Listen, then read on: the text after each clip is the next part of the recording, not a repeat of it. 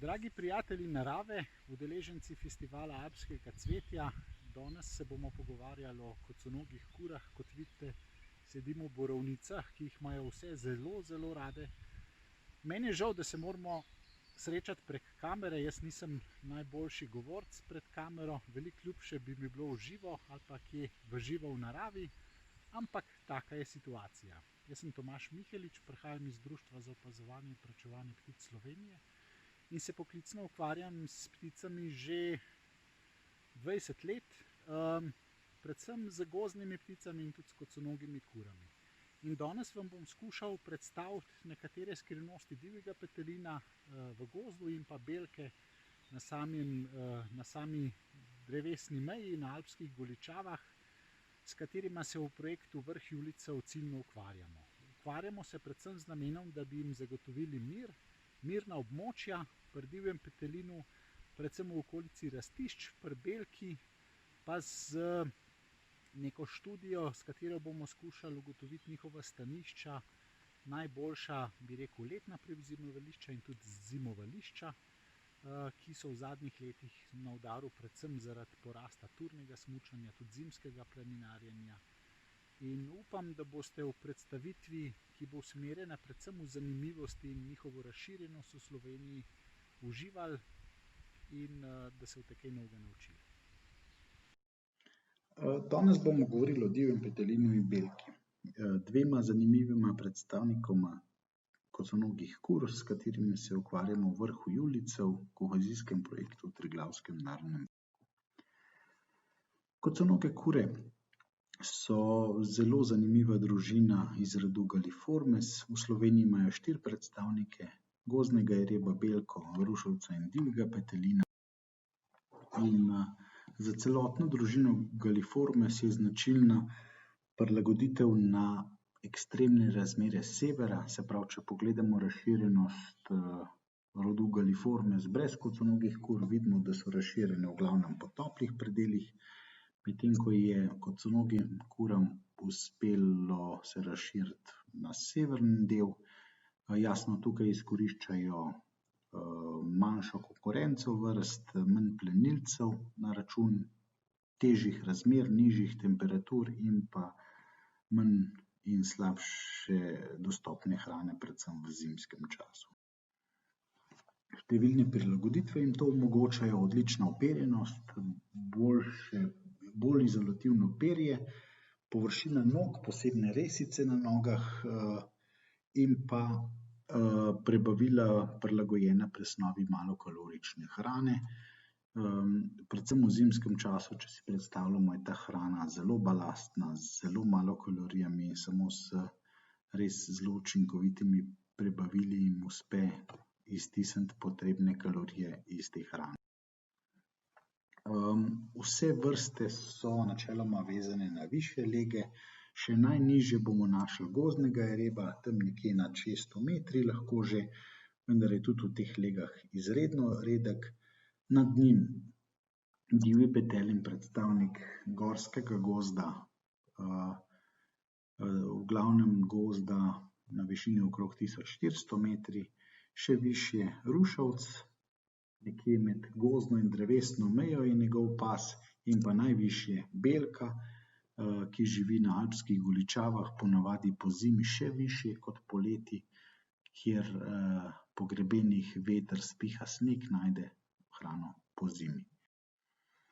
Divji petelin, največji predstavnik koconogih kur, samci tehtajo lahko do 5 kilogramov. V Sloveniji je to glacialni relikt, se pravi, ko se je ledena doba umikala, je ostal na zanj primernih legah višjih nadmorskih višin in tam ga najdemo še danes. Pas med 1200 in 1600 metri je zanj najpomembnejši. Na sliki imamo sicer potencialno razširjenost tega pasu nadmorskih višin, in če bomo na tem pasu našli tudi primeren habitat, v glavnem iglaste gozdove s prisotnostjo borovnice, bomo našli tudi njega. Na karti vidimo razširjenost v kvadratih 10 krat 10 kilometrov. z rdečo barvo v novem ornitološkem atlasu, se pravi razširjenost po letu 2002, in pa s črno barvo primerjalno razširjenost v obdobju 80. in 90. let prejšnjega stoletja. Zdaj opazimo, da je vrsta izginila iz osrednje Slovenije, Zasavja, slabše prisotna tudi v slovenskih Dinaridih. In to je jasno posledica tega, da se vrsta umika iz zanjo manj primernih površin, kjer tudi habitat ne ustreza več borealnim iglastim gozdovom. No, in to nam razkrije tudi detajlna karta Tetrad, kjer vidimo, da so gostote v slovenskih Dinaridih bistveno manjše. Alpska populacija je bolj stabilna, nekako do 600 parov se ocenjuje, da živi še v Sloveniji, v glavnem v Julijskih Alpah, Karavankah, Kamniško-Savinjskih Alpah in pa Pohorju. In predvsem nadmorska višina 1400 do 1600 metrov je tista, ki še gosti največ pojočih petelinov. Pokljuka je tipično stanišče gozdnega habitata divjega petelina in tukaj, predvsem tam, kjer najdemo še starejše sestoje, se pravi stare debeljake s prisotnostjo borovnice, tam bomo še našli večje število pojočih petelinov, medtem ko tam, kjer so razvojne faze mlade, tistih območij se bo vrsta izogibala. Jasno, zaradi velike površine gozdov na teh nadmorskih višinah populacija tukaj še relativno velika, medtem ko tam, kjer je površin manj, kjer so to pobočni gozdovi, populacije je manj. Tipične komponente habitata so odraslo drevje, se pravi na tleh prisotna borovnica, dobrodošla so mravljišča, ki so pomemben vir beljakovinske hrane za mladiče. Dobrodošlo je, če tega ni preveč, jasno tudi mladovje, ki v zimskem času omogoča tudi hranjenje na tleh, ko je borovnica pokrita s snegom, so veje mladih smrek, tudi drugega drevja dostopne, medtem ko se vrsta učinkovito hrani tudi v krošnjah, se pravi noben problem ni za peteline, da letajo iz krošnje na krošnjo z namenom hranjenja po njih. Vrsto bomo lahko potrdili tudi na podlagi sledov, ker se vrsta veliko giblje po tleh, bomo našli sledove v blatu, še lažje v snegu, našli bomo značilne iztrebke ali pa kot škarjami odstrižene poganjke dreves, predvsem smreke mlade, malo težje listovcev, te stvari so pri listovcih manj opazne. To gre zahvaljujoč res ostremu in močnemu kljunu, ki ga divji petelin s pridom uporablja tudi v bojih med samci spomladi na rastiščih. Jasno, veliko bolj opazne so sledi v snegu. Vrsta tudi pozimi veliko hodi po tleh, predvsem tam, kjer ima, bi rekel, tudi v tem talnem pasu prisotno hrano, se pravi neke poganjke rastlin, drevja v dostopnosti kljuna. Za vrsto je značilen spolni dimorfizem, samci so bistveno večji, temnejši, praktično črni po večini telesa, mogoče rjava in še zelena barva prevladujeta, medtem ko so samice manjše, varovalno grahasto obarvane. Jasno, samci ne skrbijo za mladiče, samo samice skrbijo in spomladi samica vodi lahko tam čez 10 mladičev, in ta barva, varovalna barva je takrat ključna. V času prebujanja pomladi, se pravi, ko v dolini cvetita hruška pa jablana, bo v tem značilnem pasu med 1200 in 1400 metrov začelo svetovanje divjega petelina, začetek parjenja. To je promiskuitetna vrsta, se pravi, pride do zbiranja samcev na rastiščih, kamor potem prihajajo tudi samce. Tipičen čas je pomlad, ki jo koledarsko še najbolj opišemo s cvetenjem jablane. In takrat pride v zgodnjih urah do zbiranja in petja na rastiščih. Divji petelin je vrsta, ki v gozdu prva zapoje. Se pravi, to so ponavadi v maju ure tam okrog 4. ure zjutraj. In poje kasneje tudi še v jutro.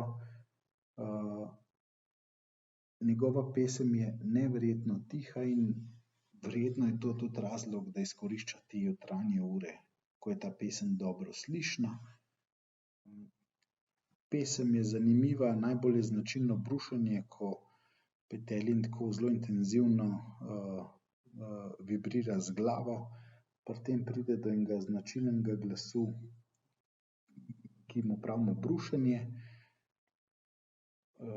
No, sama rastišča so namenjena rangiranju med petelini. Sčasoma, če jih dlje časa opazujemo, lahko zarišemo teritorije med njimi in jasno, samo najmočnejši samci bodo zanimivi za kokoši. To je ene vrste selekcija, da bodo najmočnejši samci predajali gene naslednji generaciji. In obenem pa je pomembna lokacija teh samcev vedno v centru rastišča, kjer so veliko bolj varni plenilci, ki sta na primer lisica ali pa planinski orel, kot pa obrobni samci, ki so v bistvu neka živa straža okrog teh najboljših in najmočnejših samcev. Glavno orodje za njihove boje je kljun in pa pomoč peruti, s katerimi si zadajajo močne udarce. Zanimivo je to, da so lahko ti udarci tako močni, da so bili ugotovljeni primeri poginov petelinov zaradi njih. To se dogaja sicer ekstremno redko. Namen tega merjenja moči je rangiranje na rastišču in rangiranje je ponavadi povezano s starostjo petelina, ki jo lahko bežno ugotavljamo po perju, po dolžini repnih peres in po redukciji beline v teh črnih repnih peresih. Načeloma pa tudi po kotu, ki ga oklepa raztegnjen našopirjen rep. Načeloma velja, da starejši, ko je samec višji, ima rang na rastišču. Težko je pa to starost z opazovanjem natančno ugotavljati. No, en fenomen ima ta vrsta tako imenovane nore peteline. To so petelini, ki zaradi hormonske motnje izgubijo strah pred človekom oziroma ga celo prepoznavajo kot tekmeca in ga skušajo odgnati. Zato, če opazujemo takega petelina, se skušamo potem čim prej umakniti, ga pustiti pri miru, da bo lahko varčeval z energijo. V poletnem in jesenskem času bodo družine, ki jih vodijo samice, šle lahko precej višje, v pasma cesnov, v pasm celorušja. No, pozimi začnejo te družine razpadati preko zime in bomo spomladi v glavnem videli samo še posamezne peteline. Je pa značilno, da bomo recimo oktobra, novembra lahko opazovali peteline zelo visoko, praktično v pasu gozdne meje. Nad petelinom živi omenjena belka, vrsta, ki naseljuje alpske goličave. Bistvo njene razširjenosti je okrog višine 2000 metrov, celo višje, sploh v zimskem času jo lahko najdemo na samih vrhovih, nižje pa zelo, zelo redko. Ker je v Alpah največ višin, na tej bomo seveda našli največ belk v Julijskih Alpah, nekaj tudi v Kamniško-Savinjskih Alpah in pa posamične v Karavankah. Celotna populacija v Sloveniji pa ocenjena do 500 gnezdečih parov. Belka je s svojimi prilagoditvami na mraz in na kretanje v območju brez kritja izjemna. To je edina ptičja vrsta, ki zamenja barvo, se pravi, pozimi je snežno bela, poleti rjavo ali sivo grahasta in jasno, to ji omogoča zelo kompleksna golitev. Vrsta ima spomladi delno golitev, se pravi, ko se pregoli iz popolnoma bele v varovalno grahasto ptico z belino samo še po letalnih peresih in trebuhu. Ima tako imenovano delno golitev krovnega perja po hrbtu, vratu in prsih. Poleti skoraj popolno golitev, se pravi, zamenja tudi vso repno in letalno perje. In pa jeseni spet delno golitev, da zamenja to grahasto, ne belo krovno perje in spet postane popolnoma bela. Vrsta se giblje predvsem glede na njeno operjenost, se pravi, kako uspešno se bo vrsta uspela prikriti v okolju, odvisno od njene barve in pa seveda od barve okolja, kar je pomembno tudi pri popisovanju in iskanju vrste. Imamo tako imenovano jesensko-zimsko kolekcijo perja, se pravi, glede na datum lahko sklepamo, kakšne barve so trenutno belke. Glede na snežne razmere vidimo, kje jih bomo našli. In eden od najlažjih, ampak ne tudi najlažjih po dostopu, je območje z ogromno količino snega. Bodo belke ciljno iskale območja, kjer je dostopna hrana, to so plazišča. Če si pogledamo tipično plazišče v Julijskih Alpah, lahko že zdaj na sliki opazimo belko, ki išče, bi rekel, dostopno hrano na plazovitem terenu. Jasno, gibljejo se lahko zaradi resic na nogah po neverjetnih strminah, dobro uperjene noge pa jim omogočajo, da se jim v sneg ne dira. Zanimivo je, da bomo na teh višinah našli v glavnem samo še belko in planinskega zajca. Obema je lastna ta prilagoditev spremembe barve v popolnoma belo varovalno barvo pozimi, da lahko izkoriščata goličave za hranjenje in obenem tudi za kritje pred plenilci. No, belko in tudi seveda planinskega zajca bodo izdale ogromne količine iztrebkov. Jasno, hranita se z balastno hrano in zaradi tega producirata velike količine iztrebkov. Obedve pa vztrajata v visokogorju kljub surovosti zime, vetrovnim razmeram, jasno, zaradi ekstremne izolacije jim te stvari ne padejo do živega. No, zelo zanimivo, imamo enako kolekcijo perja v zelo različnih snežnih razmerah ali pa ob odsotnosti gora. Takrat bodo belke iskale čim bolj bele predele, tudi že v jesenskem času, ko še niso popolnoma prebarvane, jih lahko opazujemo v belih predelih s skalami. Kljub temu, da je tukaj hrane izredno, izredno malo, je očitno kamuflaža pomembnejša od same hrane in tukaj lahko opazite, kako dobro se prekrivajo tri belke. In to je tipično območje, kjer jih najdemo, kadar sneg je prisoten.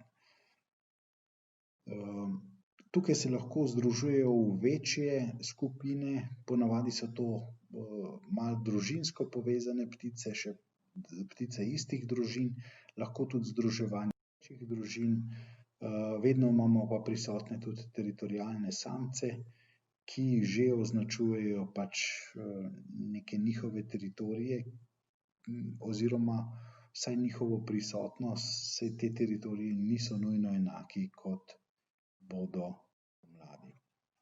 Značilna za belko so bela krila preko celega leta in pa črn rep preko celega leta, ki ga pa seveda medtem, ko hodi po tleh, skrije pod krovno perje in postane popolnoma bela.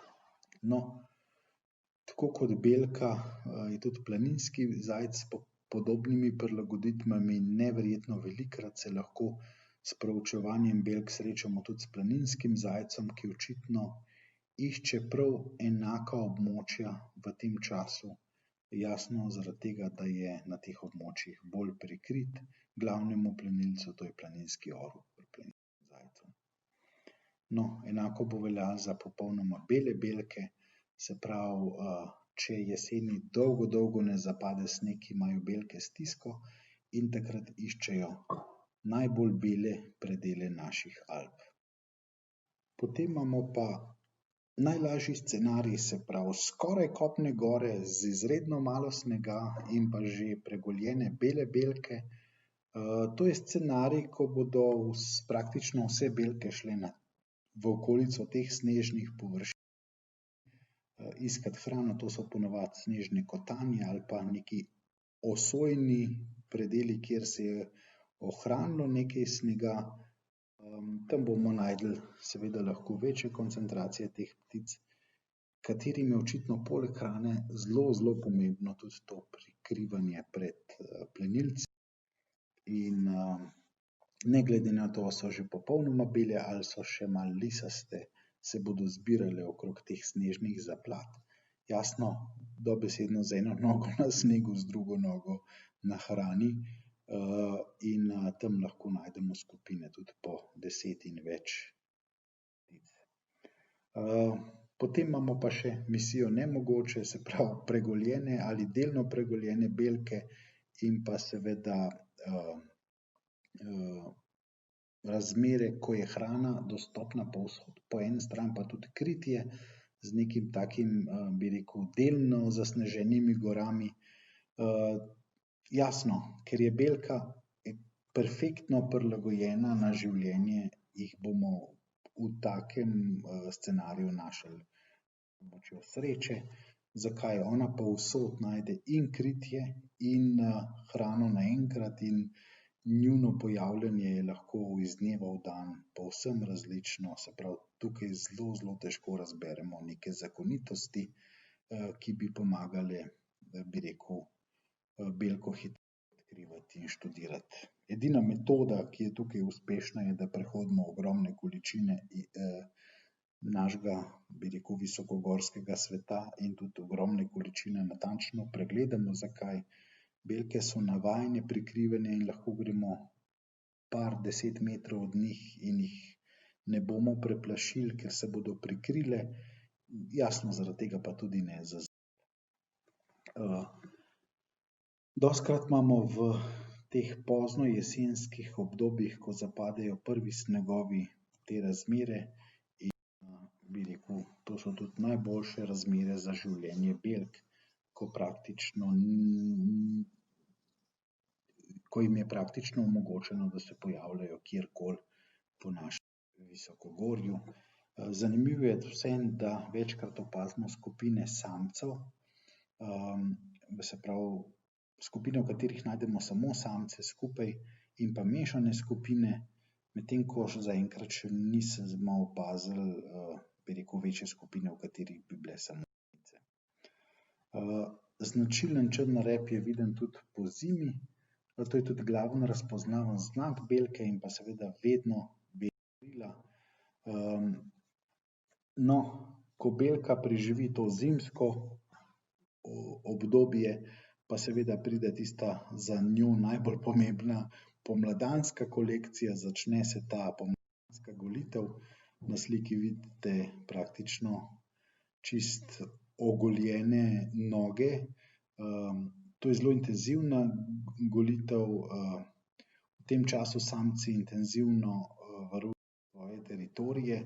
Jasno, v teritoriju imajo samičko, za razliko od petelina živi par belke v enoženstvu, se pravi, vsak samec ima svojo samičko, ki jo tudi skrbno brani pred drugimi nesparenimi samci. No, samec zelo intenzivno nadzoruje samičko v fazi valjenja, nekje v bližini. Kasneje v fazi, bi rekel, vodenja mladičev je ta vez manj intenzivna. Takrat samci svojih nadzornih skal skoraj ne zapuščajo in imamo priložnost videti belko od neverjetne bližine. Seveda pa to ni, bi rekel, trenutek, da bomo belko opazovali. Zakaj?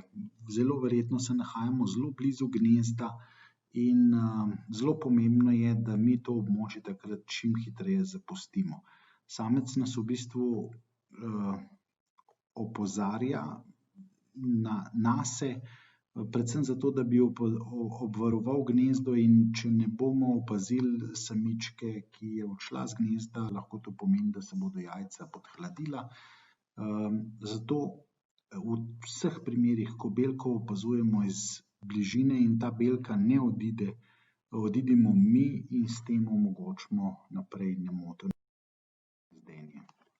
Samičke so rjavkaste barve, varovalne barve in one ob prisotnosti gnezda, jajc ali pa mladičev se bodo vedle podobno, se pravi, ne bodo se odmaknile, skušale bodo preusmerjati pozornost in za vse naj bo to znak, da območje mirno čim prej zapustimo in seveda omogočimo vrsti, da lahko naprej nadaljuje z gnezdenjem. Mladičke, če jih opazimo, to je obdobje, ko je, bi rekel, najbolj riskantno obdobje že mimo. Mladički so majhni, šekasti zelo, varovalne barve, opazimo jih sicer poredko. Je pa, ko je enkrat, bi rekel, ta prisotnost mladičev potrjena, se začne za belko bolj varno obdobje, kar se tiče vznemirjenja. Je pa to obdobje zelo riskantno, kar se tiče vremena. V mrzlem vremenu ogromno število mladičev pomre zaradi tega, ker ne dobijo dovolj beljakovinske hrane, žuželke takrat mirujejo in za njih hrana ni dostopna. V toplejših letih pa lahko ogromno število mladičev preživi, tako da lahko opazujemo belke z 10 in več mladiči, kar je lahko v mrzlih, deževnih letih redkost, tako kot na primer tukajle na sliki samo 2 mladiča, kar bi rekel je daleč pod povprečjem. To je bilo na kratko o teh 2 vrstah. Jasno, več boste lahko izvedeli na projektni strani Vrha Julijcev, če boste spremljali naše projektne aktivnosti. Jaz se vam zahvaljujem za pozornost in upam, da se ob varovanju teh 2 vrst še velikokrat srečamo.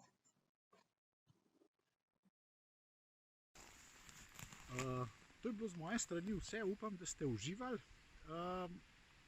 Več ob samem projektu in o belki in divjem petelinu si lahko preberete na spletni strani Triglavskega narodnega parka in upam, da se naslednje leto vidimo v živo in skupaj kakšno rečemo o tej problematiki.